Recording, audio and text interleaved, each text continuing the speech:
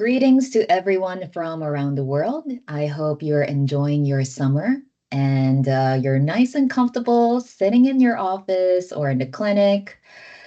So, I'm here today to talk about the basics of Bluetooth connectivity because it's very important to really understand the basics so we can face our customer with confidence, especially when it comes to all of these smart devices out in the market.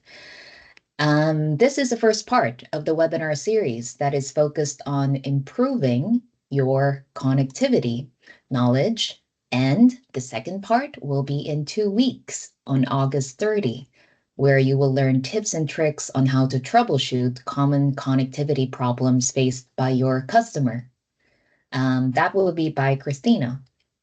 So today I'm Marielle C., international trainer for Sonic, and with me today is Christina. There you go. Would you like to say hi, Christina? Good morning, everybody. Thank you for joining us today. I hope you can hear me. Can you hear me, Marielle? Yes, absolutely. I can hear you. Thank you. Perfect. So yeah, very excited to share all the great knowledge on connectivity. And if you have any questions, Christina will, of course, be in the background to help with today's session, and me also, no problem. Okay, so for today's agenda, we will talk about what exactly is Bluetooth, and next, why are there so many types of different Bluetooth protocols? Third, what is the user experience for these different Bluetooth protocols and how are they exactly relevant for you? And that will be followed up by the question and answer portion and the quiz, which will only be 5 questions, so it will be very short. So without further ado, let's start. The presentation will take around anywhere from 50 to 55 minutes, and after that, you can enjoy the great summer weather outside before it gets too hot. So why is it important to understand connectivity technology? And I know connectivity is not our favorite topic to discuss as HCPs. Well, it's certainly not mine, to be honest with you, because I get just overwhelmed and frustrated when there's something wrong with my own Bluetooth devices. So there you go. And this is really even worse when you're trying to do your job in the clinic because you have your client and you have to deal with issues regarding smartphone compatibilities, pairing issues, disconnection, audio issues, and so forth. But the fact is, we are surrounded by technology, and so are our clients. Connectivity is here to stay, whether we want to or not. So we really have to adapt to the times. And that means equipping ourselves with the knowledge. So today, there are more than 6 billion smartphone users worldwide, meaning that more than 85% of the world's population now owns a smartphone. In fact, the recent MarkTrack 11 survey done 2 years ago in 2022, it's a large study usually done in the US, it showed that 91% of people with a hearing difficulty also owns a smartphone. And when hearing aid users think about what matters most, not only do they say that the device should have volume control or rechargeability, but also the ability to stream sound from a smartphone and also having an app for the smartphone. So having a good understanding of how connectivity devices work, specifically the underlying technology, plays a really important role in supporting your clients in their hearing care journey. So let's start by looking at what Bluetooth technology is, as well as the evolution of this technology since it started in 1998. Bluetooth is a wireless technology standard, and it's used for exchanging data between fixed and mobile devices over a short distance. It uses short wavelength, ultra high frequency radio waves in the radio bands from 2.400 all the way to 2.485 gigahertz. And that is why it is often referred to as 2.4 gigahertz wireless technology. It was originally developed as a wireless alternative to serial port data cables. And in the world we have today, most of our devices are now wireless. So, in that sense, Bluetooth is more or less the same thing when we say wireless communication. Yet now there are many different Bluetooth wireless protocols available, and it has somewhat made it difficult for us and also our clients because it's hard to understand when there are so many different terms that is not familiar to us. So while Bluetooth wireless technology is a part of almost everyone's daily life, it has actually gone through many revisions and iterations since it came onto the stage in 1998. And since then, Bluetooth has really evolved significantly in the past 20 years. And there are four factors which sets the different Bluetooth versions apart. Number one is the range. How far can it work? Second is the data speed. How fast can it transfer all of this information? Third is the power consumption. And finally, the compatibility to different kind of devices. So Bluetooth has been around since 1998, and this was when the Bluetooth Special Interest Group, or what you call as Bluetooth SIG, was formed, and the Bluetooth name was adopted. The following year, in 1999, the Bluetooth 1.0 version was released, and in 2000, the first Bluetooth mobile phone hit the market. Version 1.0 was much slower than what we have today and only reached a range as far as 10 meters. And then by 2004, consumers could purchase Bluetooth-enabled stereo headphones. That's another landmark. And this was also the year they increased the data transfer speed from 1 to 3 megabits per second. So the speed improvement in data transfer was an important first step in actually preserving battery life. In 2009, the Bluetooth 3.0 was released, which made Bluetooth faster with a high speed of 24 megabits per second. So Bluetooth 3.0 was the first version to also use the 802.11 radio protocol, which is actually the same one that was used by Wi-Fi. And this allowed much larger files to be transferred and reduced the battery drain since the protocol actually stayed inactive until the data transfer was initiated. So up to the stage, you have Bluetooth version 1 all the way to Bluetooth version 3.0. And this is what is often referred to as Bluetooth Classic. So the real game changer was with the release of the Bluetooth 4.0 in 2010, which included a new category of Bluetooth, and that's what we call Bluetooth Low Energy.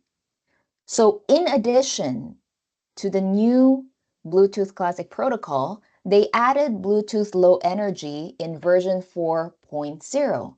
And this new version was created due to this increased demand for connectivity with smart devices and was geared towards applications that required lower power consumption. Whereas the older previous versions of Bluetooth used to maintain a constant connection and constant data stream, causing a large drain on the battery power, this new 4.0 version had the option to transmit data time to time as well as constantly. So when there is no new data to transmit, the connection actually goes to sleep to reduce battery power consumption. And finally, in 2013, Bluetooth version 4.1 was released, and it was aimed to drive the Internet of Things, what we call IoT. And this technology allowed web-connected devices such as smart refrigerators, smart toothbrush, and also smart watches to connect to our hearing aids through the Internet. This version also offered improved power management and data transfer. In 2014, the first smartphone with Bluetooth Low Energy audio streaming, which was the Apple iPhone 5, was released to the market. And that's what we call the Apple Direct Streaming Protocol. In 2016, Bluetooth version 5.0 was released with improvements to the data range and also the speed. And this allowed devices to send even more sophisticated data to users. In 2018, Bluetooth celebrated 20 years of innovation, and that introduction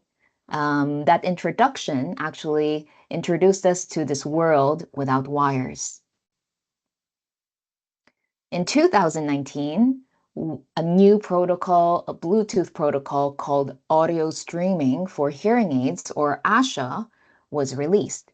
So this protocol was developed with Google to allow direct streaming of audio, including music and calls, from Android devices directly to hearing aids supporting this ASHA protocol.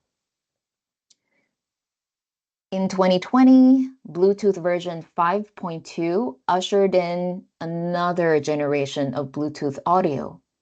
So compared to the existing Bluetooth audio, which still runs on Bluetooth Classic, this new Bluetooth LE audio makes lower battery consumption possible and also creates a standardized way of transmitting audio over Bluetooth Low Energy, including audio sharing and support for hearing aids.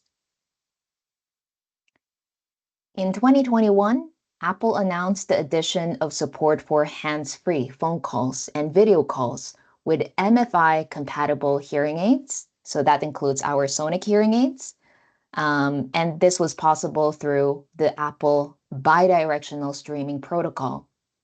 And later that year, the newest Bluetooth version 5.3 was released, offering improved reliability, power efficiency, and also user experience.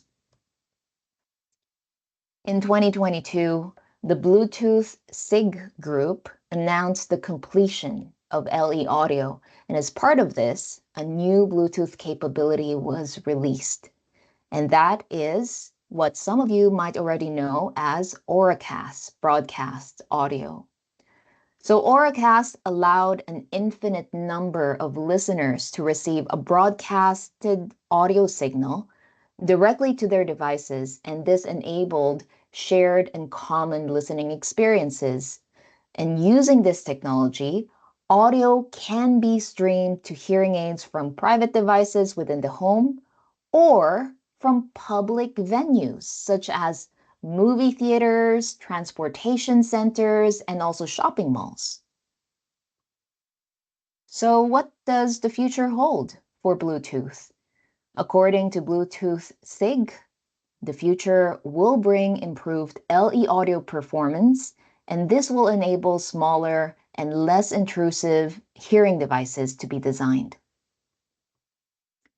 Now, you may wonder why there are so many Bluetooth protocols. So let's take a look at the different Bluetooth protocols out there, how they differ from one another, and what advantages and disadvantages they offer.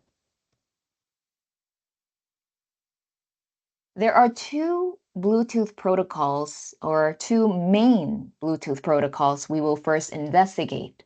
You have the Bluetooth Classic, the first Bluetooth protocol released in 1999, and then 10 years later, we have Bluetooth Low Energy.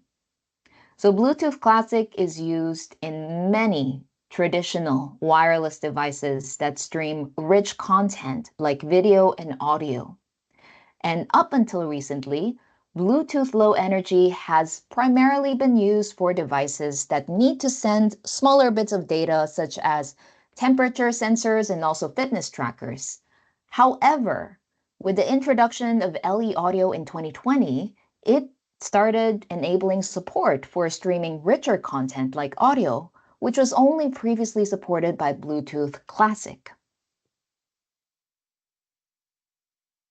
Bluetooth wireless technology devices are often referred to as single mode or dual mode.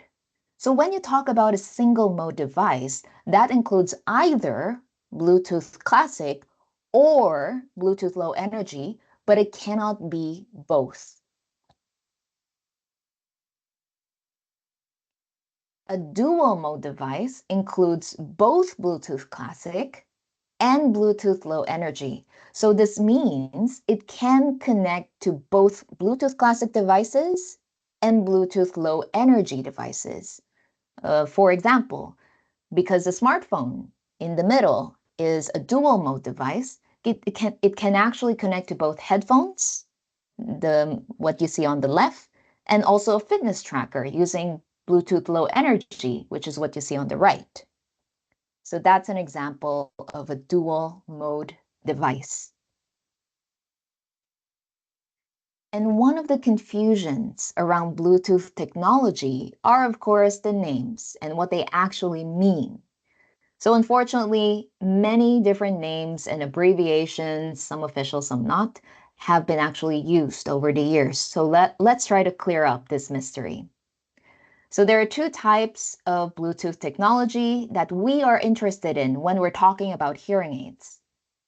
First is the Bluetooth Classic, and sometimes that's what we refer to as the standard Bluetooth. And we also have Bluetooth Low Energy, which was previously called Bluetooth Smart or Bluetooth Light, and it's often abbreviated and called as BLE. So both Bluetooth Classic and Bluetooth Low Energy are under the same classification, but they offer differently. They operate differently, and they don't mix. So Bluetooth Classic devices cannot communicate with Bluetooth Low Energy devices and also vice versa. So to use an analogy, you can think of it in terms of language. Just like two people, they need to speak the same language to be able to communicate and to be understood by each other. So in that sense, Bluetooth devices need to have the same protocol to be able to talk to each other. And this explains why some Bluetooth devices will not connect with another device claiming to have Bluetooth compatibility, because there are different types of Bluetooth protocols. So Bluetooth Low Energy was introduced to enable lower power consumption. And this lower power consumption is made possible by a few things. First thing is it sleeps between transmission. So when it's not transmitting data, it goes to sleep. It has a fast connection time compared with Bluetooth Classic, so it can connect quickly, send its data, and then go back to sleep. And finally, it transmits smaller packets of data. So this allows faster transmission because it's smaller information, packets of information, and it enables again to go to sleep mode faster. And all of these things allow to save power. And to make things even more complicated, Bluetooth Low Energy was not just a single protocol. So there's a lot of protocols under the Bluetooth Low Energy protocol. Unlike the Bluetooth Classic protocol that cannot be modified, thereby it's a closed protocol, Bluetooth Low Energy is actually an open protocol. So this means that manufacturers of Bluetooth wireless devices have the option to make modifications and changes to the original Bluetooth Low Energy protocol to make it more suitable for their own device requirements. So for example, Apple has its own modified versions of Bluetooth Low Energy, which is Apple Direct Streaming and Apple Bidirectional Streaming. So in total, there are 6 different Bluetooth Low Energy protocols used across sonic hearing aids and connectivity accessories, all with their own specific function. We have the original Bluetooth Low Energy protocol, which can be and is used only to transmit data, so there's no audio involved. And the next 5 protocols I will say are based on this original protocol. And since we're talking about hearing aids, all of the next 5 protocols enable audio streaming.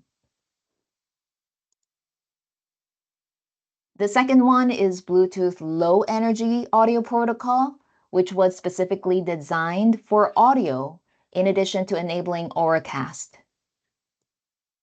Next, we also have Sonic Bluetooth Low Energy Protocol, which was modified by Sonic specifically for Sonic products. And we also have the Apple version of Bluetooth Low Energy, referred to as Apple Direct Streaming and Bidirectional Streaming. And finally, the last Bluetooth Low Energy protocol that is relevant for hearing aids is audio streaming for hearing aids, or ASHA, which was co-developed with Google for Android devices. Now, I want you to listen because this is really important. Sonic hearing aids support 6 different Bluetooth protocols, each with their own specific function. So the first Bluetooth protocol is the Bluetooth Low Energy protocol. So Sonic uses this core protocol for sending data between Sonic hearing aids and their remote control, the Sonic SoundLink 2 app, and of course, NoaLink Wireless. So that's the purpose of this first protocol. And the second protocol, Sonic Bluetooth Low Energy, for Sonic devices such as SoundClip A and TV adapter, all use this protocol for audio transmission between the device and the hearing aids.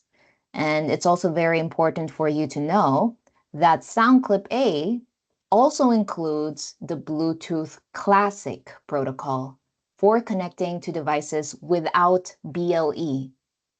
That's Bluetooth Low Energy. So it can be used as this intermediary device, enabling two-way audio streaming, for example, with iPhone or Android devices. And in that sense, it's kind of like a language translator because it can understand both the Bluetooth Classic protocol and the Bluetooth Low Energy protocol.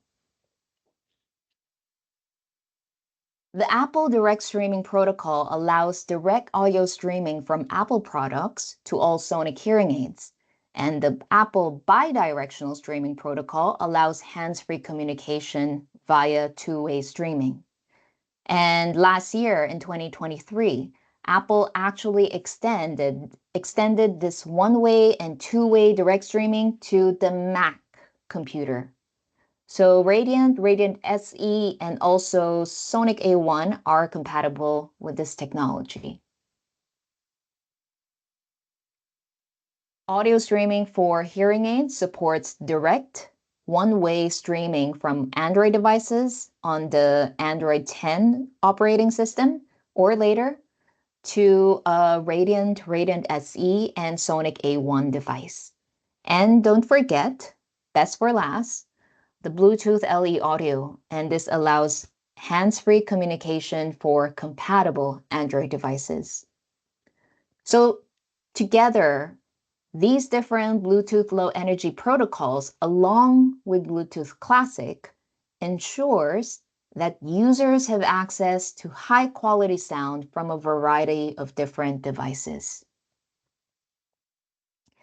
Now let's talk about the user experience with these different Bluetooth technology, starting with Bluetooth Classic. So the Bluetooth Classic protocol was first released in 1999 or 1998, more or less. And it was mainly used to enable wireless audio streaming. And it has now become the standard protocol behind wireless speakers, headphones, and even the sound system in our cars. The Bluetooth Classic radio also enables data transfer applications, including mobile printing, where you can print from your phone or from your laptop to a wireless printer. So one hearing aid manufacturer has chosen to use Bluetooth Classic protocol for hands-free calling with phones. And the advantage of this protocol, and the big advantage, is actually that it works with most phones as long as they have Bluetooth 4.2 or higher. But a big drawback to this is that it uses way more power than it needs to compared to Bluetooth low energy protocols. So this phone is paired, in this example, this phone is paired to only one hearing aid via Bluetooth Classic, and the audio is shared between the hearing aids using near-field magnetic induction. And during a hands-free call, the paired hearing aid picks up the user's voice and is sent to the phone via this Bluetooth Classic connection. So that's how it works for Bluetooth Classic. Now let's talk about the limitations, because as with any technology, there's pros and cons. There is no native control available with a Bluetooth Classic connection. So if a user wants a remote, they must download the app. And the app must be paired to the hearing aids using Bluetooth Low Energy technology. So there are two connections: the hearing aids to the app with BLE and the hearing aids to the phone with Bluetooth Classic. That is why you will see 3 hearing aids in the Bluetooth menu, which can be pretty confusing because there's 2 connections happening at the same time. The app also has a long connection time, around 30 seconds to 1 minute, and the Bluetooth Low Energy connection has to be established each time the user opens the app. So if the paired hearing aid is not working, the client has no connection for hands-free calling. And the hearing care professional can change which hearing aid is set to pair to the phone. However, that can only be done with the fitting software, and the user cannot do it themselves. So this is, in one sense, one of the disadvantages. Now, let's take a look at the MFI, or made for iPhone, user experience. So first, what is MFI, or made for iPhone? MFI stands for made for iPhone, iPad, or iPod. It's a certification program created by Apple for developers of third-party accessories for iOS devices. It means that an electronic accessory has been designed to connect specifically to Apple products and has been certified by the developer to meet Apple performance standards. So companies joining this MFI program and passing the certification tests are able to display these logos on the product packaging, like this Made for iPhone badge that you see on your left. Apple currently uses 2 different Bluetooth Low Energy protocols to support one-way and two-way streaming. So let's first talk about the first one, which is one-way streaming. The Apple Direct Streaming Protocol means that compatible sonic hearing aids double as wireless headphones. It is not a separate app on the iPhone, but rather a part of the settings in the Apple operating system. So all the communication is controlled by the iPhone operating system software. This one-way streaming allows your hearing aids to act as headphones, but when making calls, the user's voice still needs to be picked up by the iPhone microphone. The Apple bidirectional streaming protocol supports two-way audio streaming with iPhone 11 or later, running on iOS 15.2 or later. At Sonic, we call this feature hands-free communication. And this gives your clients the ability to make hands-free phone calls without needing to have an extra device like a SoundClip A.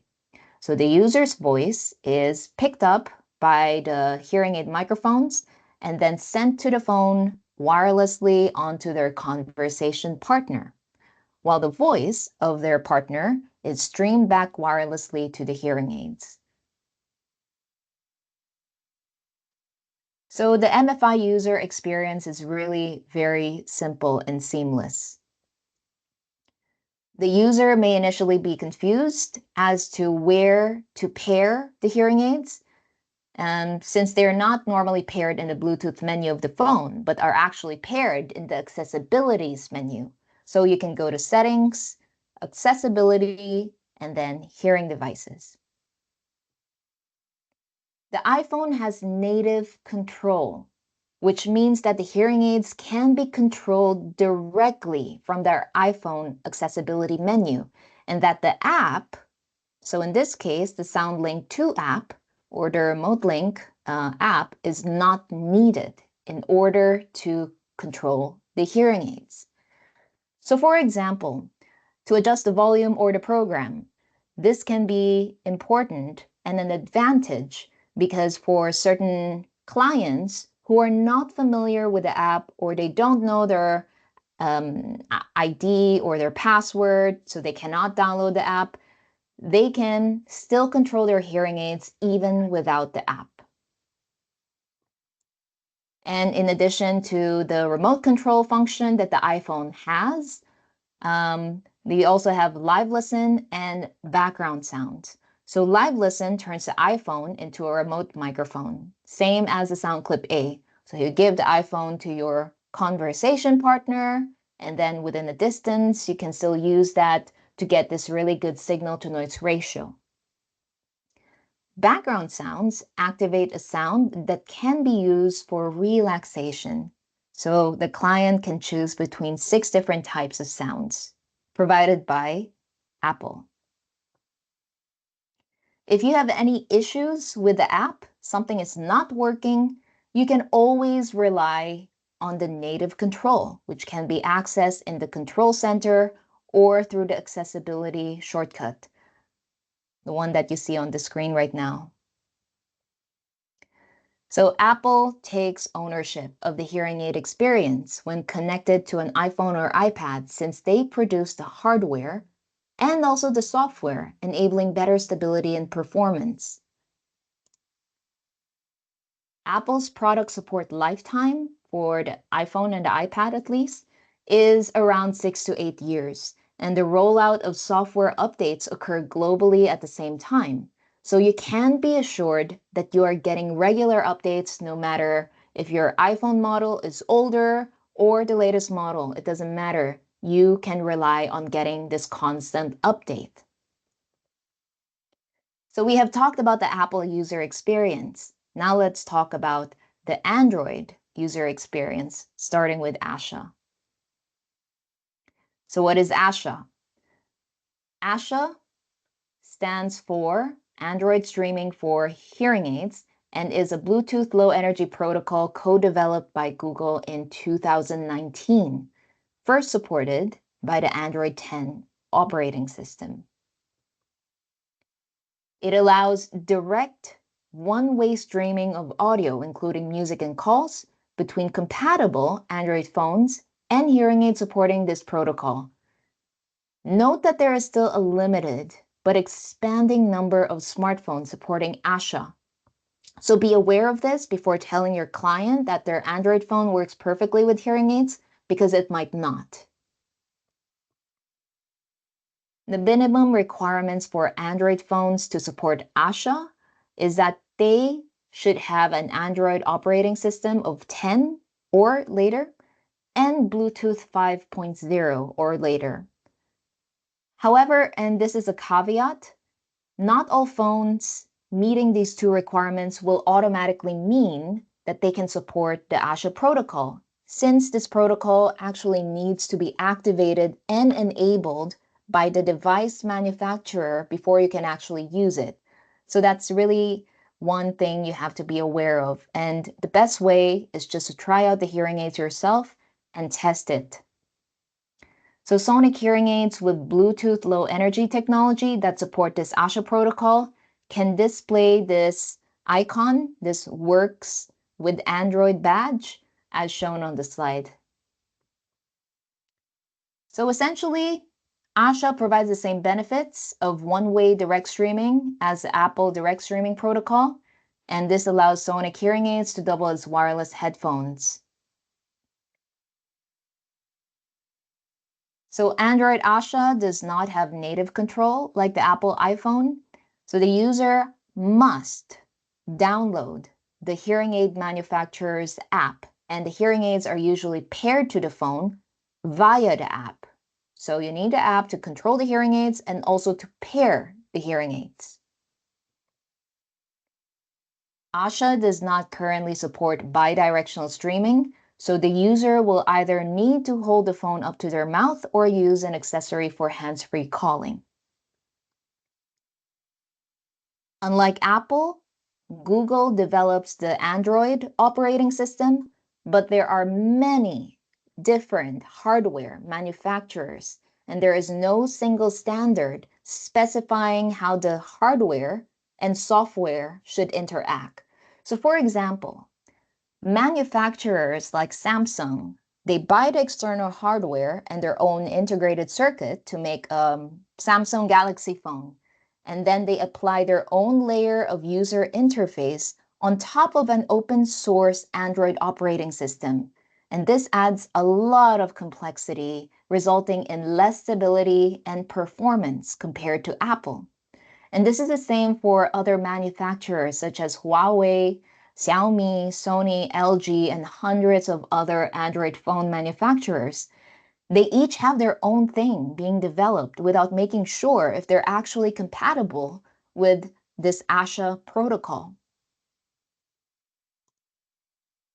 While Apple's software support lasts around, I would say, 8 to 10 years overall, manufacturers of smartphones using the Android operating system typically offer support for 3 to 5 years. That depends on the manufacturer. Premium phones normally get the updates first, and there is a staggered rollout via the Google Play Store, meaning that not all phones are updated at the same time.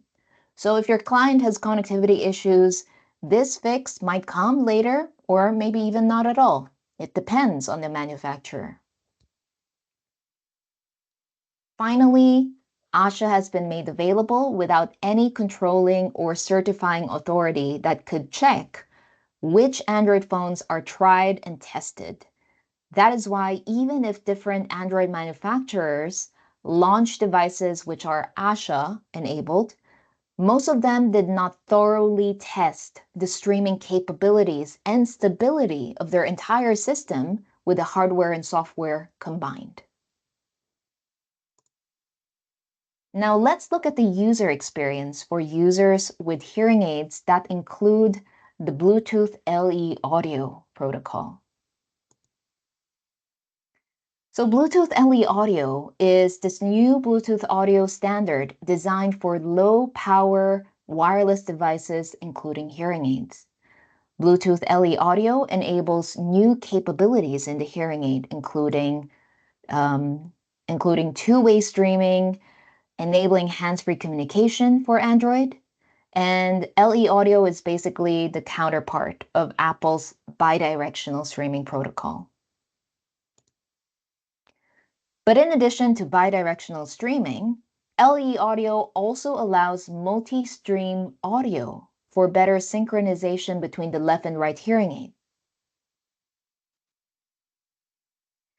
LE audio also has a better codec. And for some of you who are not familiar, codecs is basically this compression and decompression technology used to shrink large files or convert between an analog and digital sound signal. So, LE Audio has the new LC3 codec for audio streaming, and this provides improved power efficiency over the standard SBC codec that we find in Bluetooth Classic. And finally, most importantly, Bluetooth LE audio also enables Auracast, allowing this to be an option in the future for sonic hearing aids, which we will expect after a future firmware update. So this will allow Sonic A1 and newer to be Auracast ready in the future. So Bluetooth LE audio is available with LE audio enabled Android smartphones or tablets with Android OS 14 or later and compatible sonic hearing aids that allows hands-free communication.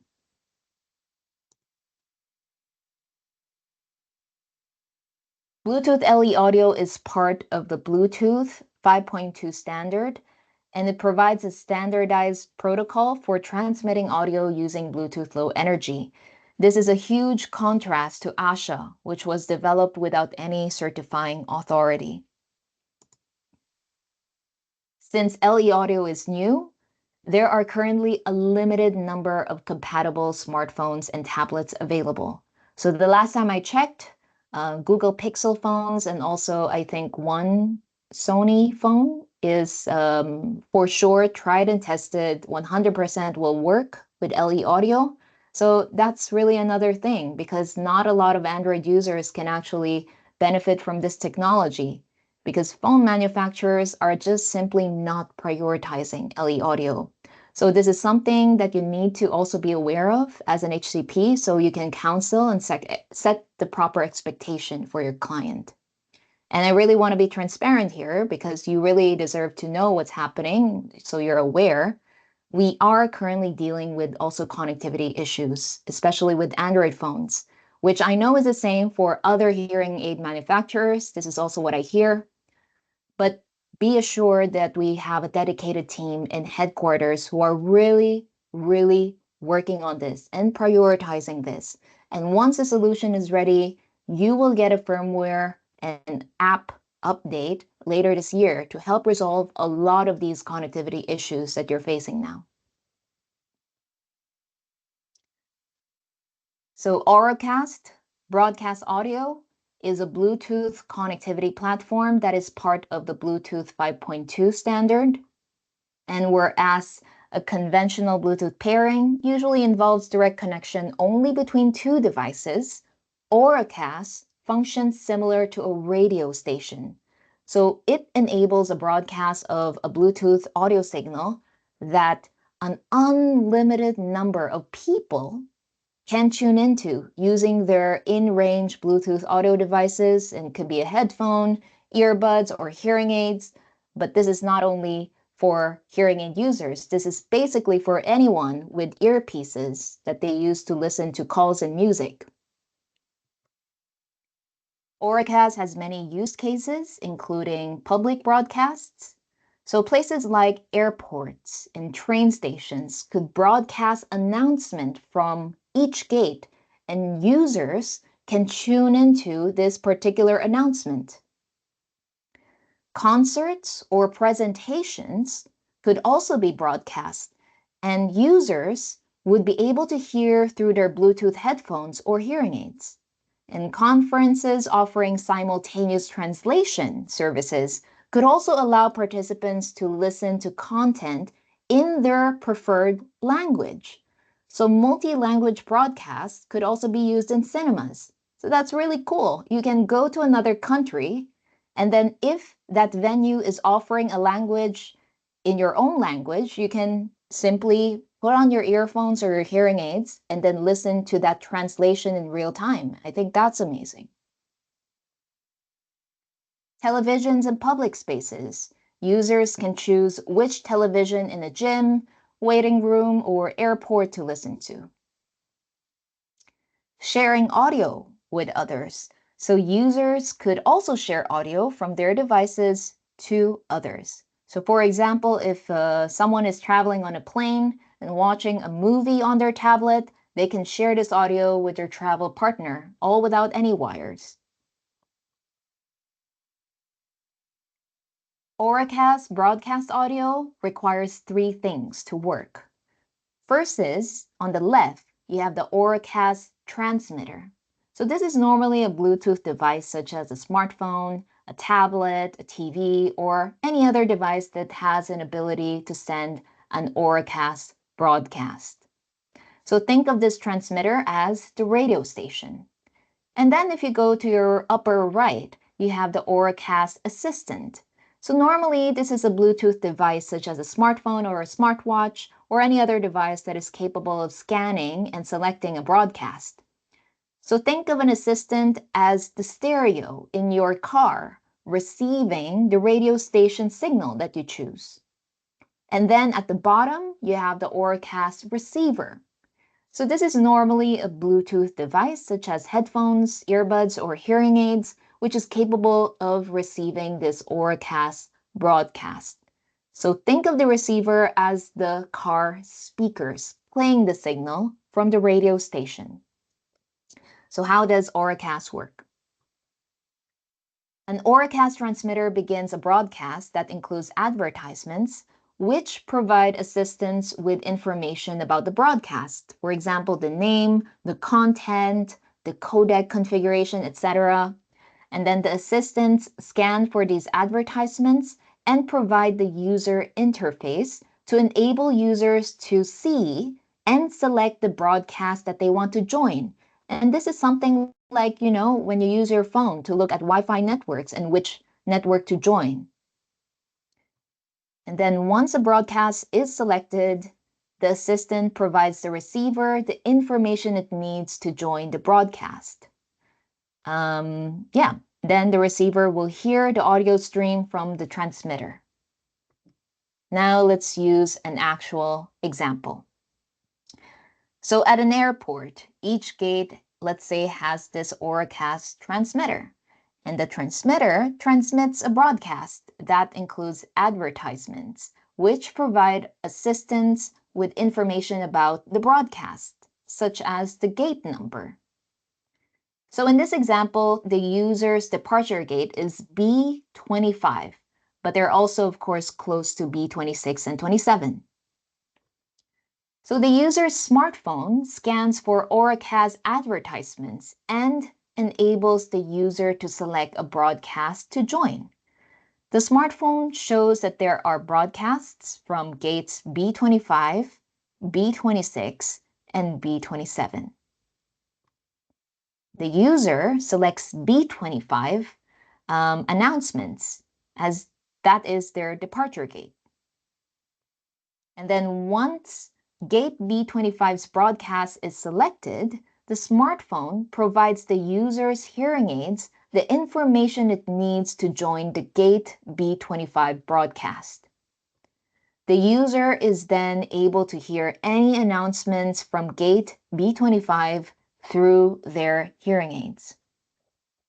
And this is really wonderful technology, but be aware that Auracast broadcast audio is not widespread as for now, because as with any new technology, it will take anywhere from 2 to 10 years to be adopted by the average consumer.